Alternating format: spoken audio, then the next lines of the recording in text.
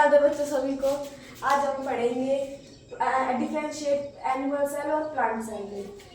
तो जो plant cell है वो these are usually larger than the animal cell. जो प्लांट सेल होता है वो जो एनिमल सेल होता है उसके मुकाबले बहुत बड़ा होता है।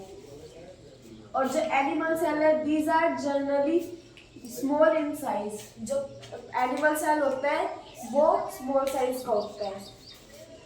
उसके बाद plasma membrane is surrounded by a rigid cell wall made up of cellulose.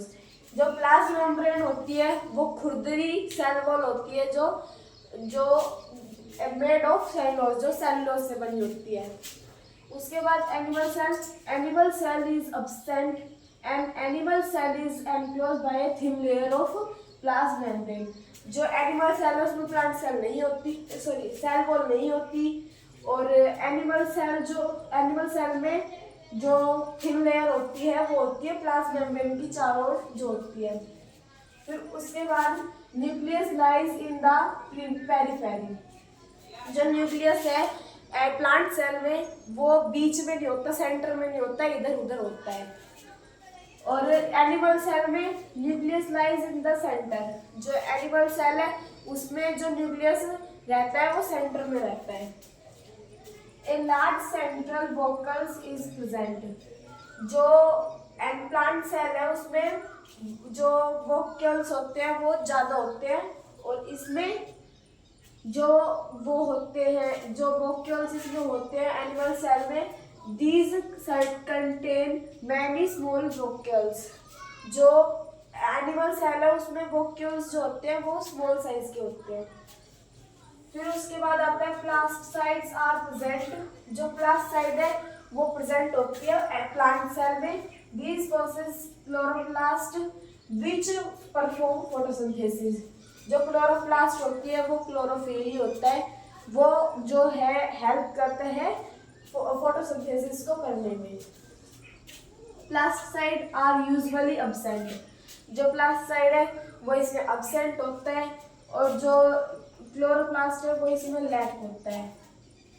फिर उसके बाद है plant cell, few mitochondria are present. इसमें प्लांट सेल है उसमें कुछ ही माइटोकॉन्ड्रिया प्रेजेंट होते हैं।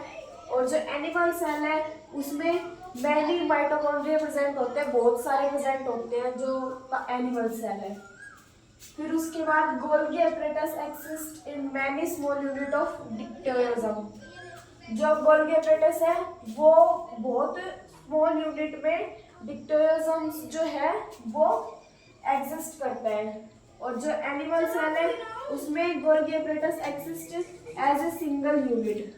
जो गोल्गी एपरेटस है वो एनिमल सेल में एक सिंगल यूनिट एग्जिस्ट करता है डिक्टोयोसम की।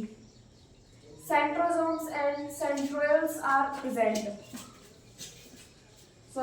एब्सेंट। इसमें जो क्रोमोसोम्स और सेंट्रियोल्स होती है वो इसमें एब्सेंट होती है, प्लांट सेल में वो नहीं होती। और इसमें क्रोमोसोम्स और सेंट्रियोल्स प्रेजेंट होती है एनिमल सेल में। फिर उसके बाद आता है लाइसोसोम्स आर रेयर। इसमें जो प्लांट सेल है उसमें लाइसोसोम्स जो होते हैं वो बहुत कम मिलते हैं। और जो एनिमल सेल है उसमें लाइसोसोम्स आर प्रेजेंट, उसमें बहुत सारे लाइसोसोम्स होते हैं। फिर उसके बाद आता है plant cell can synthesis all the amino acid and vitamin are required by it. जो प्लांट सेल जब सिंथेसिस करता है तो उसको अमीनो एसिड और विटामिन की रिक्वायर्ड पड़ती है। और जो एनिमल सेल है उसमें वो इन चीज़ों को बनाता ही नहीं है, सिंथेसिस ही नहीं करता। Thank you. अगर आज की वीडियो अच्छी लगी हो तो वीडियो को लाइक करें, शेयर करें और कमेंट करें।